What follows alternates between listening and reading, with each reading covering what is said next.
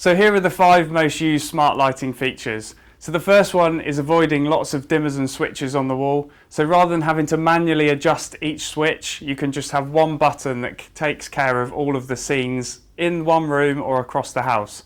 Another few popular features is the all-off function. So whether you're going to bed and you're not sure what members of the family have left the lights on, you've got one button just to turn everything off. And likewise, if you're running out of the front door, you can literally just press all off, safe in the knowledge that all of your lights are turned off.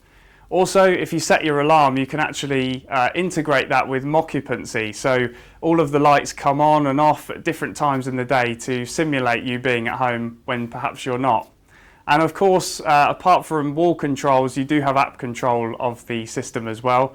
And scheduling can help with a couple of things. So whether you schedule your outside lights to come on, or perhaps a morning routine where you want your lights to ramp up over the space of an hour. And also you can integrate blinds also into the lighting system for really simple control.